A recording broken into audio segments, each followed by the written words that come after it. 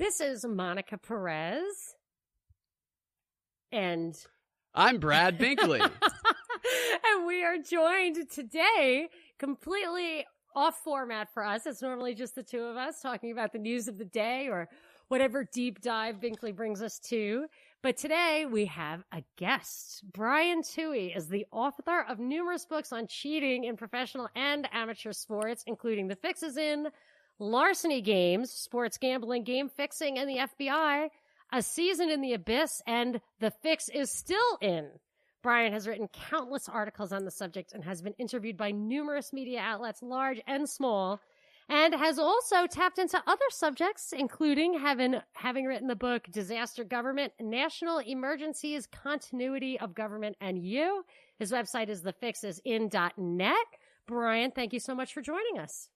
No problem. Thank you guys for having me on. I appreciate it. Would you say that's a comprehensive bio? Did I leave anything out? You could have put in maybe my GPA in college, but no, I think that's got it. I think it was probably pretty good because I've listened to some of your podcasts.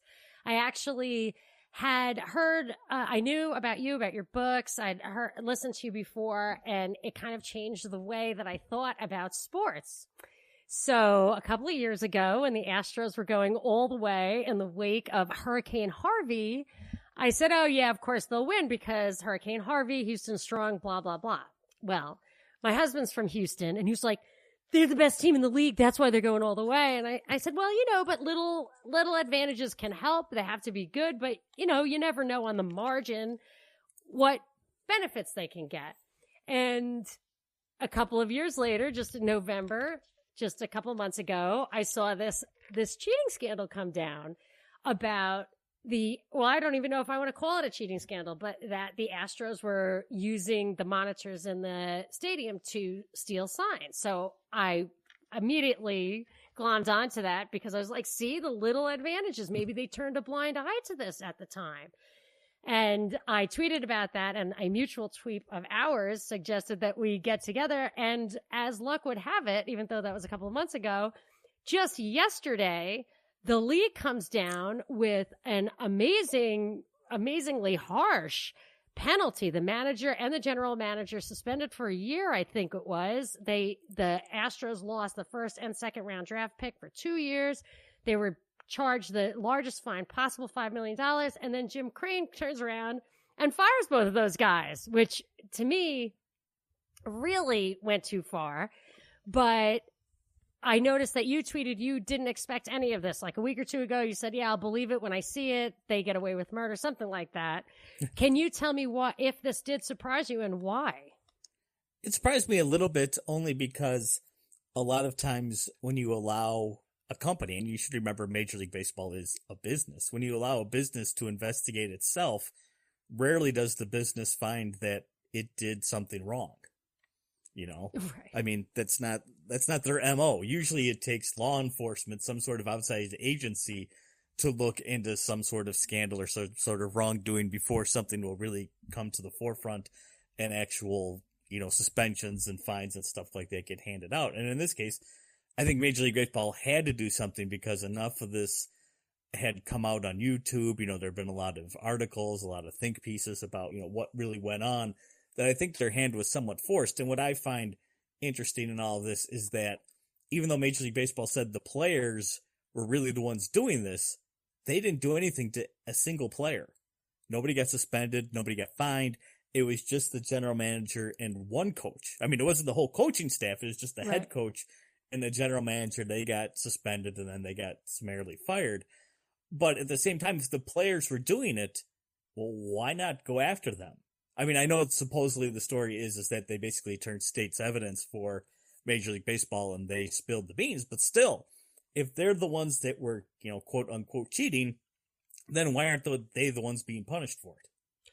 Well, I would think maybe an argument might be that they were kind of told to do it, but I don't think that's what the finding of the league was, that nobody really said that. And a couple of things bother me about the whole story is it seems to me highly likely that the Astros weren't the only ones. So if it is actually a scenario where it's an unwritten rule or the rules aren't clear or everybody's doing it, you kind of have to do what everybody else is doing. You can't be holier than the league and do stuff and take the high road at the expense of losing.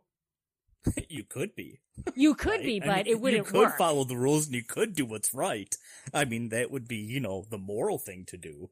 But again, if you want to win baseball games, you're probably correct. You would, if everyone else is cheating, you too would then have to cheat. And it's just like steroids, Yes. And performance-enhancing drugs. If everybody else is doing them, you could just do it on your own merits. But if everybody, again, else is doing it, then why not participate as well?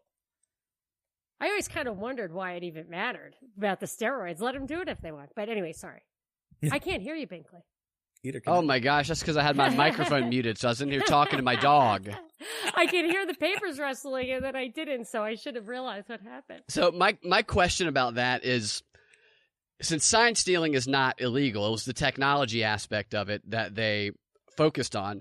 Sign stealing that's something that it's like card counting. People are going to do it. And what do you think with the technology? Because there's so much mass surveillance going on. There's always cameras everywhere. It seems to me inevitable that all the teams are eventually going to be doing some sort of surveillance on the other teams within the game. Well, again, I think it's a lot like steroids and performance-enhancing drugs. I mean, they've kind of proven that the chemists who come up with these creations are ahead of the testers.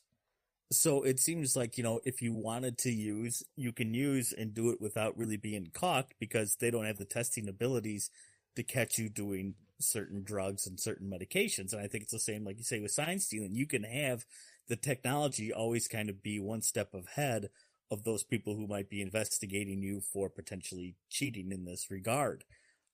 But I still think that, if Major League Baseball knew about this, and I can't imagine, even though it was basically one player who talked to The Athletic that was on that Astros team that started this whole snowball rolling.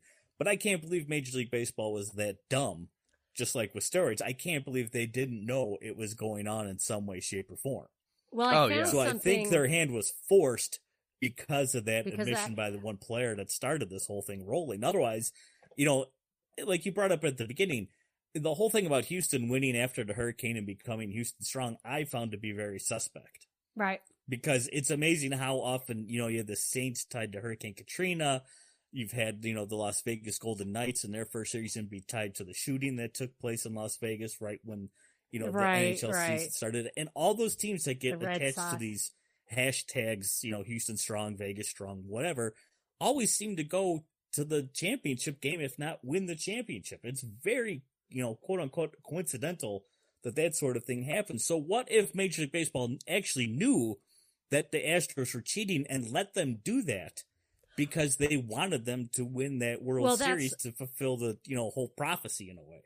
That's what I was thinking. But I also, now it wasn't 2017 when this came out, but nobody seems to have seen this article. But in October 2018, there was an article in The Athletic that said everybody cheats a little. That was a year before the whistleblower came out in The Athletic to give the details of it. And it went into detail about how the Astros were doing it, down to banging the garbage cans. This was in October 2018. So I have to say that the most significant thing about that to me was that Jim Crane went and fired the manager and the GM. And how would he not have known if this was it was on Yahoo picked it up. Yahoo News picked it up back then. Well, so I figured people knew. How did nobody else in baseball realize somebody's hitting a garbage can with a baseball bat, for crying out loud? How many times can that happen and nobody go, hey, what the heck's that sound? And why does it only happen when we throw fastballs? How did nobody put two and two together? That's what makes it so weird to me, is it should have been blatantly obvious to the other teams that, hey, that's what the first first article in October 2018 said, is that the teams were warning each other about playing at Minute Maid Park. Well, and that's the thing, because you watched the year that they won the World Series, and Houston's home record was incredibly good. Insanely good.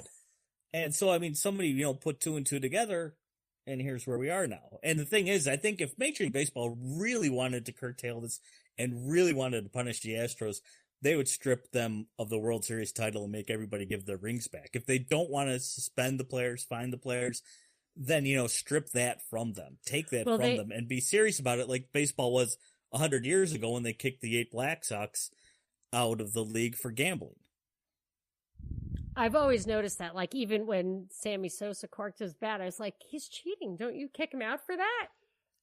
I personally think that a lot of sports fans would rather their team cheat and win than not cheat and lose. Maybe I'm wrong in that perception. How do you think that the fans react when, like, a title would be in college, if a title's taken away, or if there's a stain on a championship like this? I don't think it matters because it's too late. I mean, right now where it's 2020 and we're talking about a World Series that took place, 2.5, 3 years ago. Yeah. It's too late. They had their parade. They sold all their, commemorative hats and t-shirts and banners and whatever else. They made all the money they could have made off that championship. Stripping them that title is more symbolic, really, in a way than anything. I mean, it really amounts to really not much of a punishment because it's already in the past. It's already over. And people won't really go back and go, remember who won the World Series in 2017? Oh, yeah, it was no one. No, they'll remember the Astros won. Yeah. I mean, whether they cheated or not, that's still the thing that sticks in their heads. Well, they always say that, or they're saying, like, it didn't happen in the postseason, which, of course, like, that seems pretty highly unlikely. But this makes me think of kind of your bigger point, which where it mostly comes in to play, this fixing, is when a team works against its own interest. And that's where it seems to me that the disconnect is, for gambling reasons or whatever, shaving points or tanking or taking a dive. Well, I approach the subject of game fixing from 2 angles. One, like you said, is from the gambling aspect and getting players or referees to alter the outcome of a game for gambling purposes. And, I believe strongly that that's happened way more often than it's ever been uncovered or even discussed. In fact, here, I'll pose you guys a question. Here, let me throw a question at you. When was the last time the NBA admitted one of their games had been fixed by a gambler? Never, right? Well, take a guess. It happened, but take a guess. Well, I think it was a few, maybe 10 years ago, when that referee got busted. No, Tim Donaghy did get busted for gambling, but he did not get arrested or charged with fixing a game. Although many people believe he did, that actually didn't come into play. Okay. The last time it happened was in 1954. Okay. Now, when's the last time a Major League Baseball game was fixed for gambling purposes? What, 1918? I think it was like 1919. Yeah, the World Series, 1919 World Series. When was the last time an NFL game has been fixed by gamblers? Sunday? Dude, wasn't that Seahawks thing?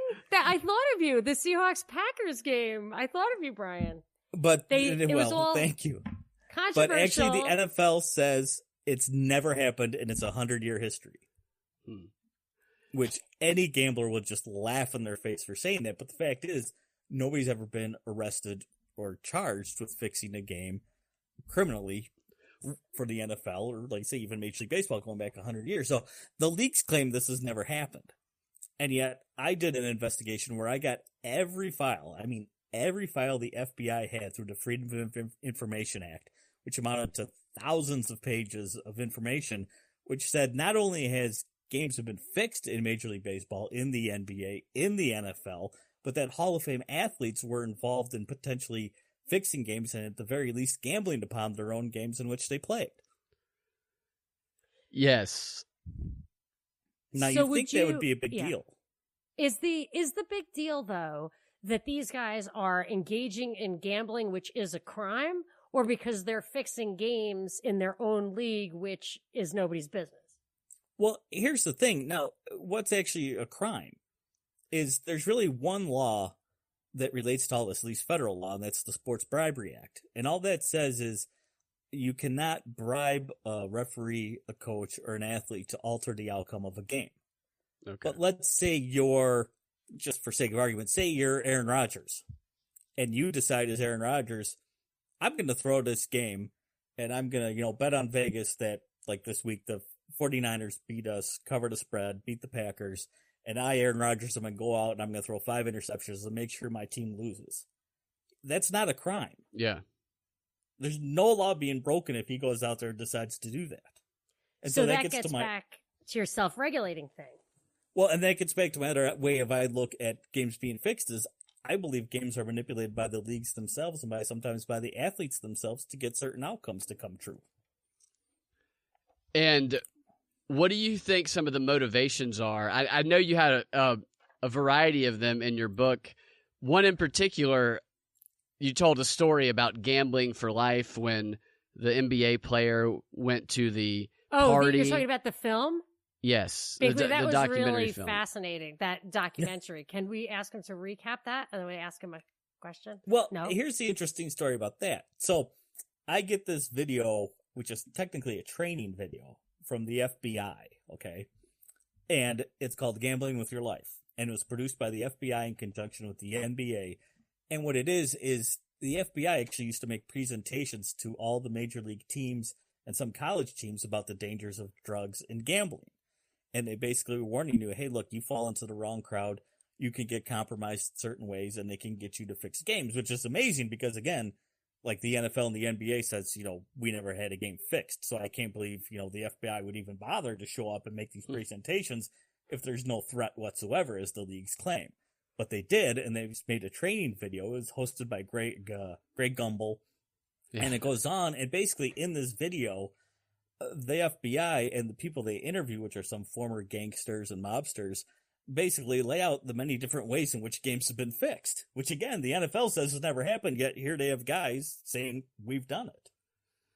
I thought what was really interesting about that story in your book is the example of that. I believe it was an NBA player that they had a portrayal of where he goes to a party and somebody slips something in his drink or he drinks too much and they end up getting him into a compromising situation and photos are taken. And to me, it sounded like a CIA espionage operation or something you hear in Washington, D.C.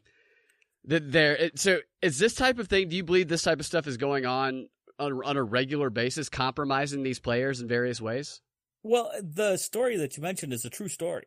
And I've been actually trying for the past year to get more information on it because the guy who supposedly did it went by this alias of Dr. Bordeaux, which is a great name. I was wondering about that, yeah. And find the one NBA player who drinks Bordeaux, and I think you've got your man. But the FBI investigated and arrested this guy for doing that. And he had hundreds of names of athletes in his little black book, and many of which they believe he compromised. But I can't get any more information out of the FBI on this particular case because this guy's apparently still alive and, third-party Freedom of Information Act request, you can't get information without the third party's okay. Wow. And since I don't know who the third party is, I can't get it out. That sounds like a Jeffrey Epstein level operation. Yes. Some of the quotes you had in your book reminded me of Epstein. I don't remember the exact quote, but it was somebody saying something like, you don't want to be associated with me. If you're associated with me, everybody's going to... That sounded like something Jeffrey Epstein would do. Who's a mobster who said that. Yeah, I think it was Michael Franzese who said that. Yeah. And this reminded me of something I read in the Franklin cover-up. I believe it was in the Franklin cover-up. It was like this pedophilia scandal that, I don't know if you guys have heard of it, but it involved Republican lawmakers, local and I think federal in the 80s. And one of the things I believe was in that book, but I'd read it somewhere, was that they would take new, freshman congressmen, invite them to a party in a brownstone and Georgetown or whatever, and they would slip them a roofie or whatever they would do, and they would get them in a bedroom and take a picture, kind of like the one you described in your book, and that was it. You own that guy for life. He didn't even remember it. Yeah, and that's all they had to do, and that's what this Dr. Bordeaux guy was supposedly doing. And you think about it, today, there's not much of a stigma over homosexuality as there used to be, but still, name a professional athlete that you know of that's currently playing in the NFL, NBA, Major League Baseball, who is homosexual. Well, here's the thing. I think so if you get compromising pictures of that guy. But I don't even think it's so bad for a guy who's homosexual. He might be able to own that. But the way what was described in that book was that the guy started with 2 chicks. And then they swapped out one of the chicks for a dude and took the pictures. You know what I'm saying? So I just feel like if it's who you are and you want to own that and have to wrestle with that yourself, that's one thing. But if they slip you a roofie or bait and switch, and I imagine when drugs and a lot of sex are involved with these young guys, young people are in a savvy, they haven't been around. Yeah. and are super excited about the glitter. Well, So like I could said, definitely see it happening. Mm-hmm. I think you're right, and I think that's the thing is there are ways to compromise these athletes and the referees and the coaches as well, because people forget, they are people. They have problems. They have weaknesses. They have ways that you could get to them. They may have a gambling problem. They may have a drug problem. They may have a problem with their wife or their spouse or girlfriend or their mom or whatever. There are ways to get to these athletes and compromise them. And, just because a lot of fans, I think what happens is they have this disconnect where they, in a way, always wanted to be a pro athlete or whatever. Yeah. And so they believe all the cliches. They believe if it was them, they would always give 100% and, take it to the next level and blah, blah, blah. But yet with these athletes, it's a job and they have problems outside of their job and that can affect around their field performance. The question is, are they being compromised at certain times to affect around the field performance? Well, this is what I want to go back to Binkley's question. How pervasive is it? Because I've heard you say like the actual like broadcasting rights is billions of dollars. The league generates revenues, billions of dollars, but the gambling revenue is multiples of that. And for me, True. I think, when you go to a casino in Vegas, how do gambling institutions make their money? Because the odds are stacked slightly in their favor. So how much of this goes on? How much has to go on to give the edge to the gambling consortiums that are, is it chronic, is it every day, or is it just every once in a while? Do you think? The problem is there's no way of knowing. I mean, the interesting thing is the NCAA actually does a survey every 4 years of their student athletes and literally asks them, have you been approached to fix a game or shave points? Do you know of another athlete who has actually shaved points? Have you yourself done it? And every time they've run the survey over the past 20 years, they've gotten positive responses to all of those questions. So basically, we know through the NCAA that we're guaranteed that, college football and basketball games have been fixed and have had points shaved in them. Which ones? Who knows? So Right. Once we've seen like around the world where game fixing is prevalent, especially in soccer, in cricket, in rugby, in tennis, and we know it's prevalent there, what they do is a lot of times they get a hold of young athletes and then work with those athletes as they move up the ranks, and then they're, fixing professional soccer matches. Well, it's probably the same thing that potentially could be happening here, where they get their hooks into a young athlete in the NCAA, he advances on to the NFL or the NBA, and potentially they get him to shave points there. But the problem is, nobody's looking for this. Nobody's investigating for it. The FBI itself, as I found out through my research, quit. They don't even look for this stuff. So if they're not doing it, and the media is certainly not going to go out of its way to do it, well, what does that leave? How are these things going to be exposed? I have no idea. Well, you're exposing them, thankfully, and perhaps the FBI is the ringleader in organizing some of them, for all we know. When you talked about the college athlete thing, that's really interesting to me, because that is where I think that young athletes who come from low-income communities, but they're very gifted, I think could be compromised because they're not getting paid any money. And you talk a lot about paying athletes. You talk a lot about the creating the name of the student athlete. Tell us a little bit about just your thoughts on whether athletes should be paid and just how they've kind of corrupted the whole system of college athletics. Well, college athletics have been corrupted since they were started. Yeah. That's the scary part is, you go back to the very first football games, which were like in the 1890s, and Yale and Harvard actually hired ringers to come in and play football for them. Yeah, that's what Georgia Tech did. I'm a Tech fan. Isn't that what the whole thing is now, though? Isn't it just ringers? Pretty much. But, it's, they have this whole high and mighty, air about college athletics and that. Well, it's been corrupt since day one. And my argument is even if you pay the players, there's no good way of figuring out how to do that. Yeah. Because what frightens me is, the highest paid state employee in like 45 or 46 of the 50 states in the United States is a college football coach or college basketball coach. Yeah, the guy got $500,000 last night just for the win. The LSU coach, I believe. He got another $500,000. But I live in Wisconsin, and the highest paid state employee is the head coach for the Badgers. That's crazy. So my tax money goes to paying for him to work. I I don't care. I don't care if the night Badgers have a team. because the championship was already slated to be in New Orleans And then it happened to be like LSU's homecoming, basically. And I thought, oh, that's a coincidence that's super, super great for a lot of people's revenue. Like, it made it a great game. My husband went to the game and he was just like, it's so awesome. It's the home. I was like, uh-oh. But I saw that you wrote in your book, it shocked me what you wrote, but it was funny because my parents always said this, that they shouldn't have athletics in college. And my parents didn't even think they should have athletics in public school. They were like, go to Little League, have club sports. There are amateur leagues, professional leagues. There's no reason to pretend like these guys are going to school, and it costs money. Yeah. Well, and I think that's fair. I think the only way to fix the system is to destroy it and let it sort itself out. Because, again, outside the United States, there are no college athletic programs in any country. I mean, you think, like soccer is huge in Europe and especially England. Well, there's no college soccer teams. They have like under 17 and 17 to 21, semi-pro soccer leagues. And that's where, if you want to try to make it as a soccer player, that's where you go. And that's what you do. But you don't go to college to play soccer like you do here. You go to college to play football. The problem is that it looks to me like there's plenty of exposés that the student athlete isn't actually being held to the academic standards that are supposed to be the benefit of not telling him drop out of school and go be a sportsman. Stay in school, we'll give you a good education. That's what you're getting. But a lot of times people are told to give them A's and whatever. And then, so it's not really that they're getting the education. Correct. And I think that's one of the issues with it all. And that's why, like I say, I don't think you can fix it. I don't think you can solve this problem unless you just eliminate it all. The problem with that is how many people are making how many millions of dollars selling the rights to these games to ESPN and everybody else.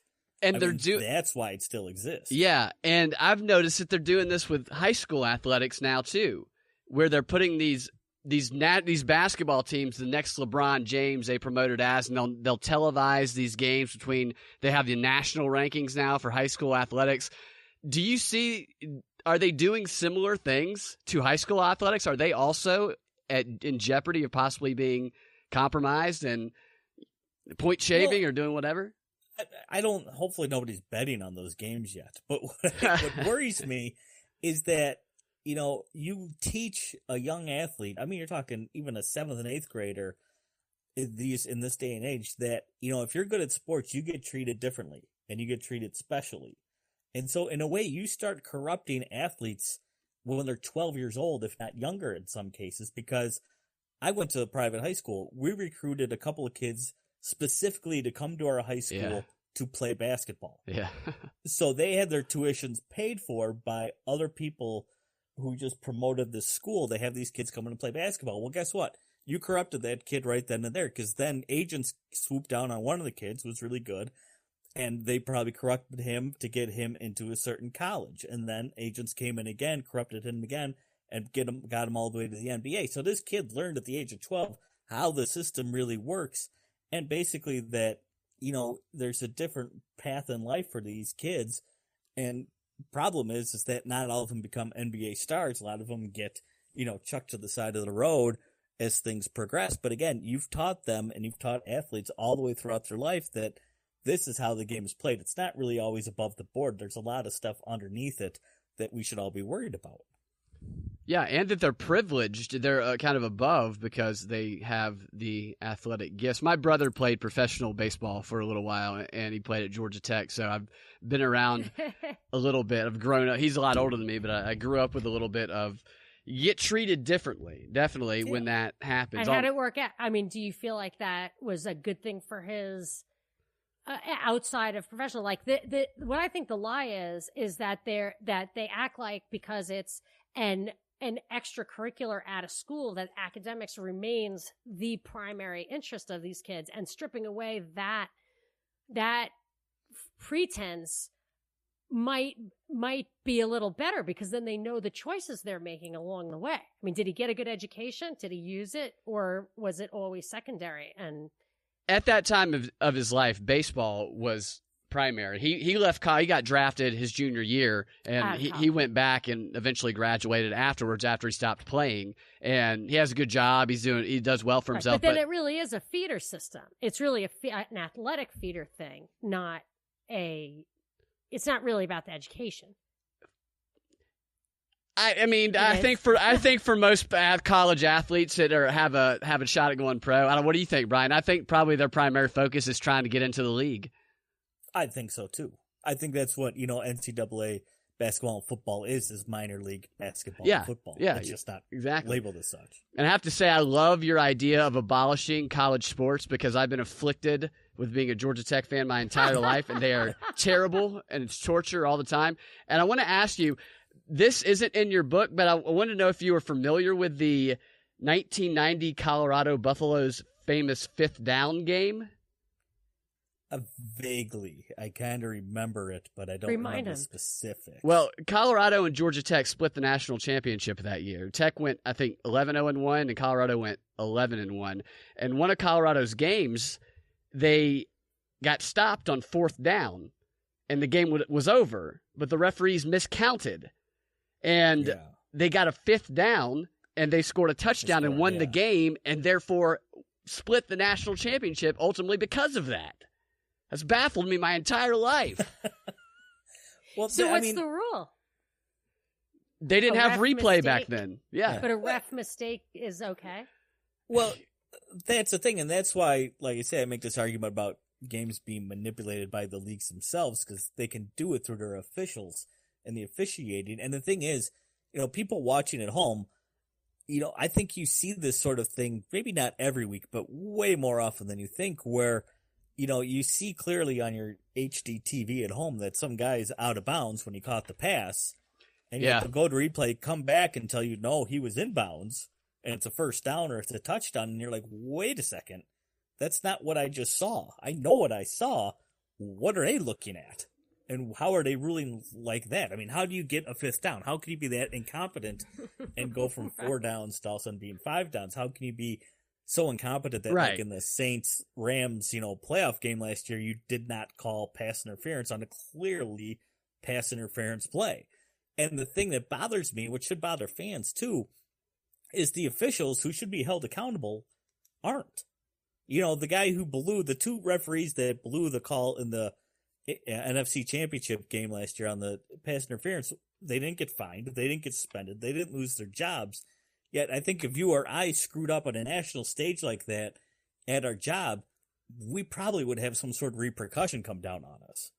I would think so. Yeah, that's the red flag to me. Like, that's the red flag when you talk about government conspiracies as well. It's like, did the guy who screwed up get promoted? Because when the guy gets promoted, it's like, why would that guy get promoted? He obviously, like the 9/11 guy said that some people were responsible for some really horrible mistakes and breaches of protocol were promoted. And you just have to scratch your head, like, what's going on there? There were a couple of, Binkley. There was something it had never crossed my mind that people would gamble on this until I read your book. Tell us about esports gambling, video game gambling, essentially. This just blew my mind.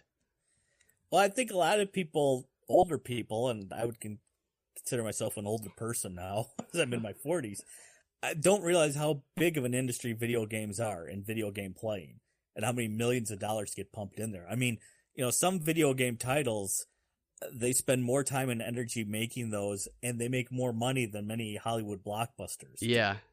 And now these kids are playing these games, and especially, it started really in South Korea, but they're playing them professionally. I mean, they literally have leagues where they play NBA basketball through their Xbox and their PlayStation, and people watch it, and people gamble on it. Yeah, yeah. See, that's what blows my mind, is people watching and gambling on it. That's crazy. If there's a way to gamble on something, people will figure that's right, it out. Yeah. But what the scary part is now you have these younger guys, and it's the same thing like with professional athletes. You have these younger guys who are playing video games for a living, maybe making some money, but not making a ton of money. And then you have somebody come along and say, hey, look, I'll give you, whatever, 10 grand because I can make 50 grand gambling against you. Why don't you tank this next match you play on your Xbox? Yeah, that's too easy. That's so easy. Wow. But let me ask you, so now that gambling, there's that famous Supreme Court ruling that basically online gambling is legal, right? Isn't that how it kind of came down? It's starting in New Jersey, and it's basically going to spread all over the country. States to... Yeah, and I think like ESPN is revamping itself over time to kind of accommodate like the way the horse racing channel. I mean, it's all about the gambling. I think they're going to start kind of pivoting towards the gambling. And I wonder if that'll actually solve some of the fixing problems, because then maybe people will it won't be just pure entertainment with no standing in a court of law if you lose a bunch of money and it's legal. Do you have any opinion about that? Well, I think you're right. I think they are, like, ESPN's pivoting more toward gambling, because everybody realizes, even the leagues, that a gambling fan is a fan who's going to watch the games. You know, if you're playing fantasy football for money, you're going to watch the game. If you're betting on the outcome of the game, you're going to watch the game. You're not going to bet on it and then walk away and not spend 3 hours rooting for the team you just bet on. Yeah, so if I have to sit through a game, I'll sometimes bet on it, because I just I cannot stand watching sports. But I'm just like, if I put $20 on this, then I'm going to care. Yeah. Yeah. And that's what it comes down to. But I think overall, legalization of gambling is a very good thing, because nobody knew, in terms of sports gambling in the United States, how much money was even being wagered. I mean, I've heard estimates up to $400 billion being wagered a year illegally on sports in the United States alone. I mean, $400 billion, that's an insane amount of money. Yeah. But even if it's $100 billion, which many people think is at least true, well, now if you take it out of organized crime's hands, you make it legal. You may be putting it in a different crime family's hands now if it's legal. Yeah, but at least you would have oversight. It will have to, right? Like, because that's a big problem with this. I know that you've cited a case before where the Jets fan didn't have the right to a fair contest. But if the government allows gambling is generally highly regulated, or at least, you know, anything the government allows, they feel like they have a responsibility for. Maybe that guy would have a different outcome or different standing in the court if he said, hey, like, this is an honest service and I have a reliance, you know, recognize it's like tantamount to fraud if somebody's allowing me to bet on this. No, you don't think that'll change? And that's a scary thing. That's another reason why leagues can manipulate their own game, is because it doesn't actually even come down to fraud. And that's what that case showed, is when this Jets fan, who was a lawyer, sued the New England Patriots, over the whole Spygate scandal. He basically said, like you said, he believed he wasn't getting a fair shake. He wasn't getting a fair game when he paid all this money to go see it. And what the, judges ruled, the Third Circuit Court of Appeal ruled, was that when you buy a ticket to a sporting event, all the league has to do is basically put that sporting event on. If you paid to see an NFL game, they just have to put on an NFL game. It doesn't mean rules have to be followed. Doesn't mean certain players have to play. It just means that they can't go out and put a basketball game on. They have to play a football game. Right. If they played a football game, you got what you paid for. So even if they were cheating, even if they were fixing it, as long as they weren't necessarily fixing it for gambling purposes, but if it was just a big show, if it was a production like a circus or, a play, if that's what they did, they fulfilled their obligation as a league. Well, it sure would, even if you don't look at the government for help, it sure would be honest and good reporting if the media is pivoting to gambling, for the media itself to be the ones to ferret this stuff out, to expose it. But in your experience, it's quite the opposite, right? The media not only doesn't expose it, it's complicit in covering it up. I have an example for you, but I want to hear your reaction. Well, you look at ESPN. ESPN literally funds the NFL. They fund the National Basketball Association. They fund Major League Baseball because they give them billions of dollars a year. So as a company, why would you give the NFL, $1.5 billion a year and then go investigate it and out all the criminal behavior going on within that league? You're just going to shoot yourself in the foot because nobody's going to want to watch the product you just paid for. And I experienced that myself as when I wrote the book Larceny Games, which was based on all those FBI files. And like I say, I outed, 6 or 7 Hall of Fame athletes as gambling on games in which they played, which should have been big news. And in fact, my publisher was contacted by ESPN. I had talks with producers from 60 Minutes. HBO Sports was interested. We had a whole slew of people interested in this book, and then nobody did a single thing with it. Nobody reviewed the book. Nobody said the book was bad. Nobody said the book was good. They all pretended like it didn't exist. It just disappeared. Who were the players? Nobody paid attention to it. Nobody went and found it. Nobody bought it because nobody heard about it. Who were the players? Well, some of the players, I mean, they were big names. I mean, Wilt Chamberlain was involved. Bill Russell was involved. Yeah. Len Dawson was involved. What's the other guy? George Blanda was involved. These were all guys the FBI named as being involved in gambling upon the games in which they played. What about Jordan? Do you know anything about Jordan? I know I've heard some of the conspiracy theories, but I've never really dove into that one. Well, I'm certain the first time he retired, he was basically kicked out of the league. That's what I had heard. Yeah, when he went to play baseball. Yeah. Yeah, that he had a gambling problem, and because he was such a big deal to like McDonald's and Nike and Chevrolet and the NBA basically said, "Hey, look, dude, you got to lay low for a while," and they got him out of there. His father's murder was rumored to be associated with his gambling problem. Potentially, yes. I mean, they, supposedly it was around that time. Legally speaking, that had nothing to do with it, but I think in reality, it could have been huge deal. Do you find yourself being followed by unmarked black cars frequently? Black helicopters?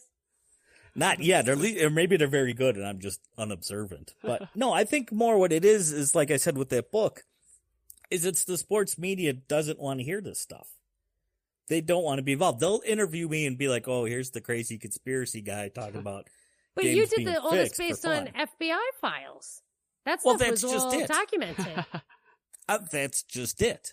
But like I say, they'll talk to me and use me, like I say, as kind of fodder to, for this idea or that idea. But I think, overall, their goal is to make sure what I do and say doesn't see the light of day. Because again, if you can't get exposure from like ESPN or Sports Illustrated, well, not even Sports Illustrated so much, but ESPN, you don't exist. Because where else do you go for your sports news? So if they can silence you by omission, they will. And like I told you before the show, what scares me is I'm just writing about sports. Who cares? But the people writing about more important subject matter, how are they getting knocked out by bigger news stories and bigger news organizations? WordPress. I can't even survive on the internet anymore with that stuff. But I wanted to ask you a boxing thing. So Max Kellerman's on ESPN. I always thought he was a good boxing commentator. I kind of like boxing. I'm not like super knowledgeable about it, but my brother's in the Golden Gloves and whatever. I always followed it. And I was at I love Triple G. Do you still follow boxing? I know you've dipped into it yourself in the past, Brian, but Triple G is the Kazakhstan guy, Gennady Golovkin, who was great. And he had this match against Canelo Alvarez, who was like up a weight class or two to fight him. And I was there at the event. It was on Mexican Independence Day. So the entire audience was Canelo's. I mean, they were just crazy for him. And I kind of liked him, but I was rooting for Triple G. And the decision, so we weren't obviously not watching it on television. We weren't listening to Kellerman like blow by blow it. We were just watching the match. And when it came out, the decision was a tie. This entire place, which was in Canelo's pocket, booed. Like it was such an egregiously wrong, fixed match that even fans of Canelo who benefited from it coming down as a tie were horrified. Like it was terrible. Like we were angry. It was bad, really bad. And Kellerman got up and for days after that, he apologized and it was like the chick judge who got it really wrong. And some people just, have a bad day, chicks, whatever. And then after that, like he was just so obviously not calling it as he saw it. And then his star really began to rise and he got a higher profile job and all that. But I just couldn't understand why ESPN I guess because Canelo's like the face job or North American or I don't know what, but they were just Triple G was like, this is pathetic. It was really pathetic and I was embarrassed, but I couldn't understand what was in it for them. Just that Canelo's good looking. I really think that's what it came down to. They had this media guy. I was going to say, and the question is who got to the judge and why? was it a gambling thing? Was it, Oh, like yeah. you say, was it an ESPN thing? Who did it and why? Yeah. Because, I mean, one of the most shocking things, I think, in all my research was that I interviewed this guy by the name of Charles Farrell, who was a boxing manager for 5 different world champions, throughout the course of his career. And he told me, without a doubt, I mean, without batting an eye, he's like, oh, boxing matches are fixed all the time. He goes, I've done it. He goes, I've paid off judges. I've paid off this guy and that guy to get certain results. So, I mean, the Pacquiao-Mayweather fight was another one that was like, what? Pacquiao looked like he took a dive on that. And, why? To get another match or? And that's what it is sometimes. I mean, people laugh at professional wrestling and, think sometimes, certain people who are fans of it are, fools. But, there's no, like, legal difference between professional wrestling as sports entertainment and the NFL or boxing as sports entertainment. It's all the same thing. They can all do the same thing. It's just really professional wrestling is the most honest sport out there because they're telling you, hey, this is a big show and we're putting it on and our guys are athletic and our women are athletic and they can do certain things. But come on, they're not really getting hit with a 2x4 or with a table or with a chair. Come on, let's be honest with each other. But, the NFL and boxing, they say, well, this is all real. Nobody can, affect the integrity of our sport. Nonsense. You make a great point there about the wrestling. The fans are just as rabid in wrestling about the team or the person that they want to win as they are in football or baseball, yet they know that the wrestling, they suspend disbelief, but they know that it's not real, but they're still just as rabid. And I think that might be what contributes getting away with it is that rabidness to want to win, just like in politics, like Monica mentioned earlier. I want to hear about Muhammad Ali, the alternative history. I have to say, I met Muhammad Ali. I've always been a big fan. We always watch the fights, and it occurred to me recently. It's like, that big fight against Liston took a dive. I said, and then Muhammad Ali dropped out of the game for his, quote, prime. Maybe he wasn't as good as everybody said anyway. And then I read the chapter in your book, and I was like, wow, I didn't even know that was a thing.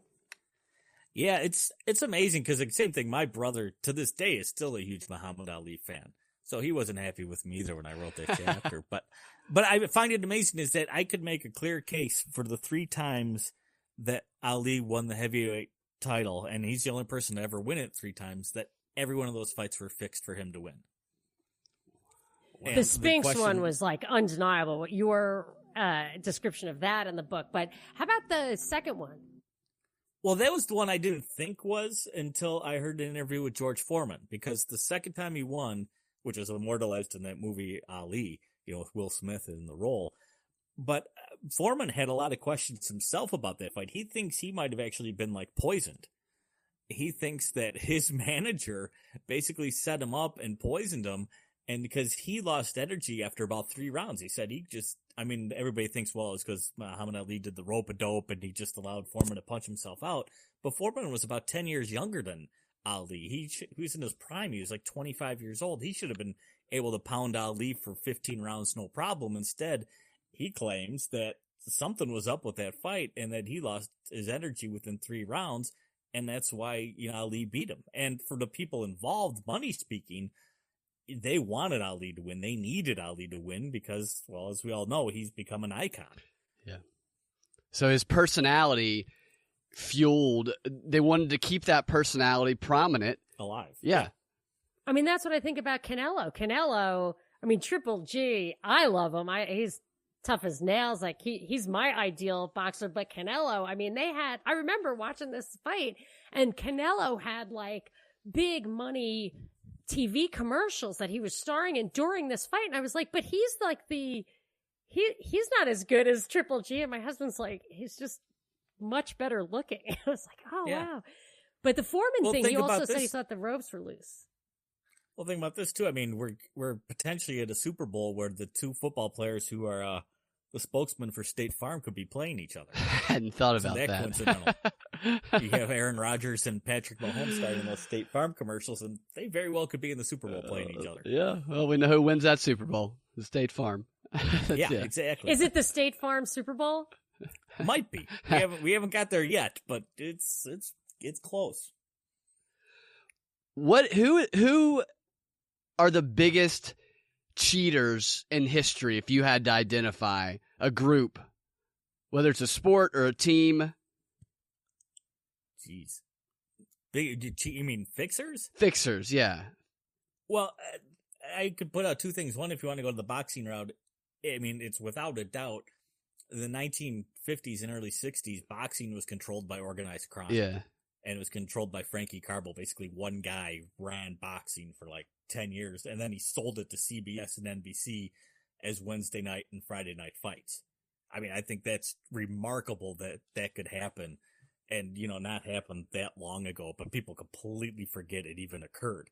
But I think more recently, I think the NBA, when David Stern was in charge, was almost equally as corrupt. Yeah. And I think they were working with NBC, and they made Michael Jordan the name he is. They made the NBA what it is through what I believe was manipulation and fixing of games for a good 10, 15 years, no doubt. And how about the draft? Well, in the NBA draft, I think he fixed that. Like, I think he fixed it to make sure that Patrick Ewing wound up on the Knicks. I mean, I think that's without a doubt. But how? With the frozen envelope? No, all you gotta do is watch it. If you watch the video, which they used to have on YouTube, they might have pulled it again. But if you watch it, there's 7 envelopes. And the 4th envelope, which is the middle envelope, whether you start from the top or the bottom, he throws violently against the side of the hopper, which you shouldn't have to do if you're going to put the envelopes in a hopper and spin it. We'll just put them in and spin it. No, he throws it against the side and it dog ears. And you can clearly see he pulls the dog-eared envelope out, and that's the envelope that had the Knicks logo in it. It had dog ears? Well, it got bent over. Yeah, that's the thing. So bent. BuzzFeed has this video show that is called like Unsolved Sports Conspiracies. And it's just like all these like conspiracy theory shows that say that they're going to debunk it, and they really just cover it up. And they showed that, but they didn't, they didn't like just show the video from start to finish. They had like mock-ups of the video. So now I didn't even think to go watch it for myself. Yeah. But they're like, oh, we really don't know, and we don't think so, but... Yeah, exactly. Well, everybody doesn't, of course it didn't happen. Yes, right. I mean, that's the thing is people, again, the NBA is a business. It's a multi-billion-dollar business. The NFL is a multi-billion-dollar business. And they have no legal constraint over them fixing the outcomes of games. And what I like to equate it to is McDonald's. Is if I told you McDonald's had a food additive that was FDA approved, perfectly legal, that they could stick in their Big Macs, that would make the Big Mac taste better every time you took a bite of it, McDonald's is going to put that in its Big Mac tomorrow. Yeah. And they're going to sell Big Macs all day long, every day, and make a bunch of money. And no one's going to care because it's perfectly legal, it tastes good, and everything's great. Well, guess what? That's exactly what the NFL can do. They can manipulate the game as you watch it legally to make it more exciting and make you watch into the 4th quarter to the 2-minute warning to the very end of the game. And they can do it legally. Why wouldn't they do it? If they're in business to make money, and that's why they play the games is to make money, why wouldn't they manipulate them when they have the perfect legal opportunity to do so? If the door's open, they're going to take it. Yeah. My friend had a question because I was telling him about your book, and we got to talking about everything that people bet on. They bet on what the halftime show is going to be like. They bet on the coin flip and other stuff. Is there fixing of stuff like that, of like the coin flip? Well, I don't think of the coin flip, but one of the most dangerous things in sports betting is what they call spot fixing. And that's something that's really only happened like in Europe and outside the United States so far. But they know what's happened, and it's happened a lot, like in cricket, for example. And that's when you can make these in-game bets. And they're kind of like proposition bets like that, where you can bet on who might, have the first yellow card or penalty in soccer and that sort of thing. And they know for a fact that guys have intentionally done things like gotten a yellow card because they know somebody's betting on them to be the first person to get a yellow card. Wow. No, that's interesting. So, I mean, if you can bet on balls and strikes, or in tennis, you can bet on individual points, or you can bet on individual games and individual sets. Well, if you're, a struggling or middle of the road tennis player, and you can make 10 grand by making sure you lose the second game of the second set, wouldn't you be maybe inclined to lose the second game of the second set? Because it's not going to necessarily cost you the whole match, but yet you could make 10 grand blowing that one game. I want to go back to the NFL for a second. I never heard anybody say this, but I always wondered if Donald Trump blew up the USFL on purpose. Because he did a really stupid thing that ruined it. And I was like, why would a savvy guy do that? It's a good question because there was a great documentary about the USFL and his involvement in it. And he referred to the league as I think small potatoes in the end. But his goal was to become an NFL owner. Well, that's and what he was trying to do it through the USFL. Yeah. But if I recall correctly, the USFL was actually gaining some traction, and he decided to use all of his influence and power to get it to go head to head with the NFL, which was exactly the opposite of what the point of the whole league was. There was no way. So I don't know. I mean, it might have been. Why would he do that? Somebody. Yeah, it might have been some jealousy. Some might have been some anger involved in that decision. Backroom dealing for him. He certainly landed on his feet, ultimately. He does like to make some deals. There's something interesting. I want you to help me understand it a little bit better. I don't really care much about NASCAR. To me, watching cars drive in circles over and over again, I just, I just can't take it. But reading your book, you're talking about were you saying that almost all of NASCAR is owned by like one family or one group? Yeah. That's crazy. Yeah, the France family actually owns NASCAR. They own the league, for lack of a better term. Yeah, they own it. So same thing, they can do it if they want. Yeah. And it's like, that's why you get some of these weird yellow flags in races and you get certain results that seem kind of shady. Well, they own the league. They can do with it as they please. And I mean, I wrote about a thing called, they call it the call. And it wasn't something I invented. It was a conspiracy theory about NASCAR that's existed since the 1970s, where certain drivers or owners of teams would get a phone call from, NASCAR that says, "Hey, today's not your day, guys. Stand down." And that's why maybe they help one of their teammates out, because people on the same team shake and bake. Yeah. Yep. Exactly. That's exactly it. So I'm just trying to think through the gambling thing. So the France family owns NASCAR. They can do whatever they want. It's a cartoon or however they want to do it. It's a show. It's wrestling. Then some outside entity gets people to bet. And they say, well, even if my mother bets on horse racing all the time. And she says, I know it's fixed, but I don't know how it's fixed, so I could still win. so it's like, true. You know That's what I mean? That's true. her idea.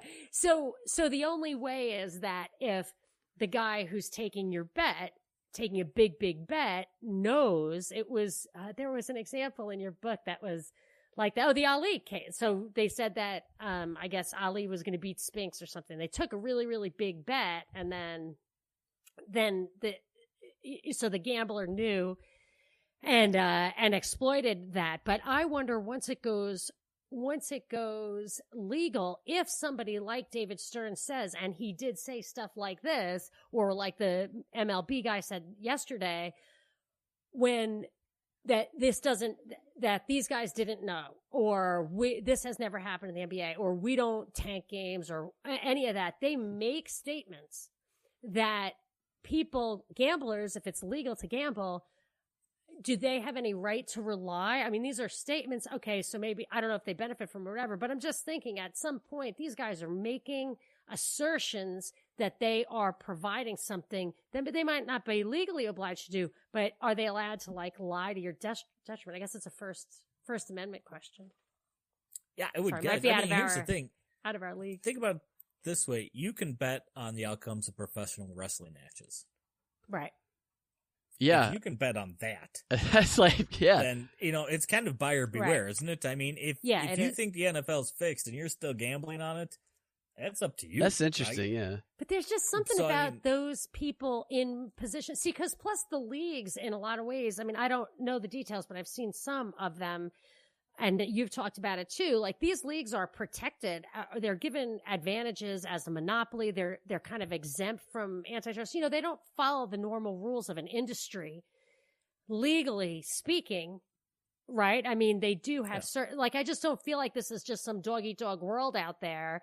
They have a kind of shroud, a halo effect from their privileged, exalted position where they want to talk about they talk about this stuff in Congress sometimes, the BCS or whatever. And I just feel like at a certain point, if you have this exalted position and you make this statement, you're in a position of trust. I mean, I feel like the fix has to really be in for these judges even to come down and say, buyer beware. I mean, I'm all for buyer beware, but that's not really how our system works. A lot of times, I mean, wasn't it? Yeah, I was gonna say, we kind of gave the leagues that power, though. You know what I mean? I mean, it wasn't really. I mean, it was kind of granted to them, but at the same time, fans and again the media has kind of given them that high and mighty stature that they probably don't deserve by any rate. You know, I mean, there's plenty of questions to integrity in any sport you want to look at.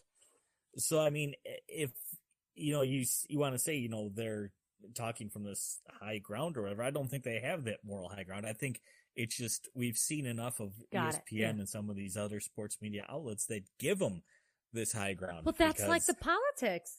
I'm like, they were all lying to you and you know it. We like, put them there. And everybody will say, so I have a political radio show where people call in. So when Obama was in office, people would call in with completely understanding that all the politics and the media and everything were completely fixed. And then when Trump is in, it's like, well, he's doing his best. I'm like, dude, they know, and yet they don't, they want the hero. Yeah. Well, and I think that's just it is people, there's this thing they have, which I never knew about until I wrote the books, was they have this, I mean, it's a technical term called basking in reflective glory or burgeoning. And basically what it is people feel good when the team they support does well. Yeah. And so that's why if you listen to sports radio, when a team's winning, when the fans call in, they'll say, we need to do this or we need to do that or wasn't that a great win for us? The fan's not on the team. He kind of gets this mental image that he is. And when their team's doing bad, he'll often distance himself and say they need to do this or they need to do that. Right. But that's the problem is it's actually kind of almost like a drug for fans. And I think, the leagues know absolutely. This. They prosper off of that. Put your finger on the Trump cult of personality thing a little bit in that, and Binkley has told me this, and I've noticed it from callers, that what they say they like about him, why they really will go to the mat for this guy, is that he will mouth off to the liberal media. He will say mean things to CNN that they wish they had the opportunity to say. They're so happy somebody's saying it. And that's to them, they feel like they are one with him in that he's doing that. Well, so I can see the parallel. I think that's what's in play. Yeah, and I can tell you as a Georgia Tech fan that on the rare occasion that they do get a victory, I can't even enjoy that good feeling that comes because I know how stupid it is, but because it's like an addiction that you can't break, it's like, well, I guess I got to feel kind of good right now about something that I didn't have anything to do with. I do find myself caught up too, and I'm amazed because I really don't have a horse in any race. And if I go to one of these, I do like Triple G, but if I go to some sporting event and I'm with a certain fan base, I'm super excited when that side wins. Yeah.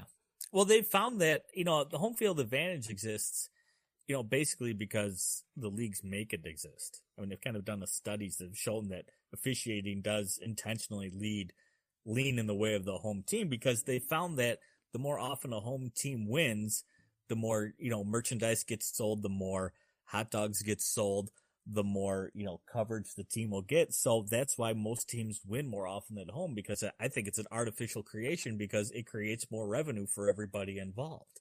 It's just like the because of casinos. this whole idea.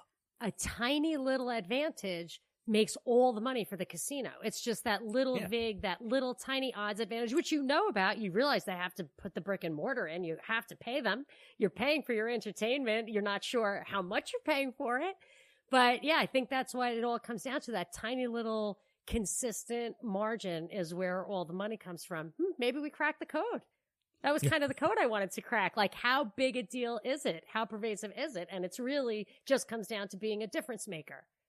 Yeah, that's all it needs to be. I mean, like you said, with a gambler, if you have a 5% edge and you can push that to 7%, you'll do it because 7's better than 5. And I think that's what it is with the professional sports leagues. Is I don't think the NFL's rigged like professional wrestling where they determine the outcome of every game.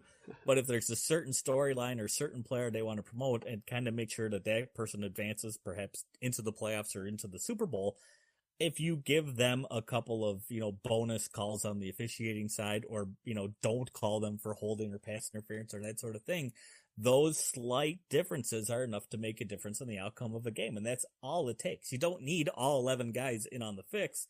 If you just get one dude to do the right thing at the right time, that little advantage is all it takes to tweak the outcome of a game. And I think that point right there is what a lot of people don't recognize, is that it isn't a whole bunch of people that have to be involved in order to change the outcome of a game like that. I think we are running right up till the end here. Monica? I wanted to just say next time, Brian, I wish we had a chance to touch on it. I want to hear about disaster governments, your book, National Emergencies, Continuity of Government and You. That's a little bit more in my wheelhouse, but I find this very fascinating, and I want to go another level with you on that. So where can people find your book, Brian?